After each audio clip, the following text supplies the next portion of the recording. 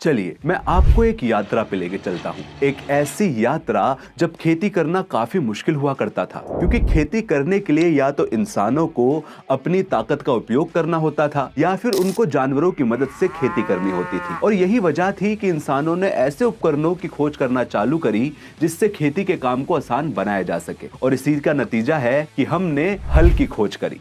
हल एक ऐसा उपकरण था जिन्हें बैलों की पीठ पे लगा करके जुताई का काम करना काफी आसान हो जाया करता था। उसके बाद दौर आया इंजन्स का और इंसानों के लिए सभी काम काफी आसान हो गए। अब अगर सभी काम आसान हो गए तो खेती कैसे पीछे रह सकती थी। और बहुत जल्द हमें एक ऐसा इंजन देखने को मिला जिसे खेतों में चलाया जा सकता था। और बहुत जल्द उस इंजन के साथ हल को लगा करके खेतों की जुताई का काम शुरू कर दिया गया। सबसे पहले खेतों में चलने वाले इंजन स्टीम से चला करते थे, लेकिन स्टीम से चलने वाले इंजन की सबसे बड़ी दिक्कत यह थी कि इनमें काफी भारी भारी बॉयलर्स लगे होते थे, जिनकी वजह से इस इंजन को सिर्फ सूखी जमीन पर चलाया जा सकता था। अगर गीली जमीन पर चलाया जाता तो भारी वजन की वजह से ये इंजन जमीन में धंस जाते। लेकिन इस समस्या का भी समाधान हमें बहुत जल्द देखने को मिला जब 1892 में पहला गैसोलीन से चलने वाला इंजन इन्वेंट हुआ। धीरे धीरे किसानों के समझ में आया कि अगर वो ट्रैक्टर का इस्तेमाल करते हैं तो खेती करना कितनी आसान हो जाती है। और उसके बाद धीरे धीरे वर्ल्ड मार्केट में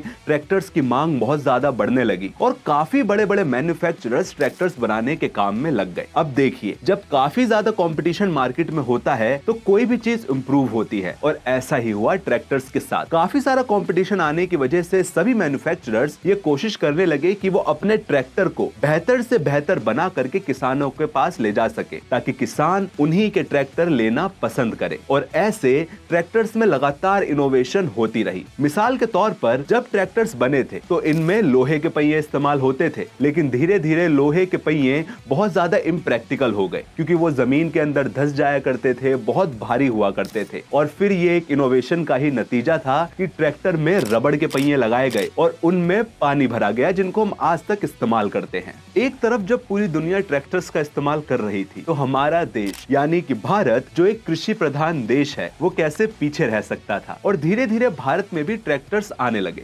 भारत में पहला ट्रैक्टर साल 1914 में आया था और उसको मुख्य तौर पर सड़कों की झाड़ साफ करने के लिए, जंगलों की झाड़ियां साफ करने के लिए और बड़े बड़े जमींदारों को खेती करने के लिए दिया जाता था। लेकिन उस समय ट्रैक्टर सिर्फ कुछ चुनिंदा लोग ही इस्तेमाल किया करते थे। 1947 के बाद जब हमें आजादी मिली तो हमारे देश की गवर्नमेंट ने खास तौर पर खेती पे ध्यान दिया, क्योंकि उन्हें मालूम था कि भारत एक कृषि प्रधान देश है।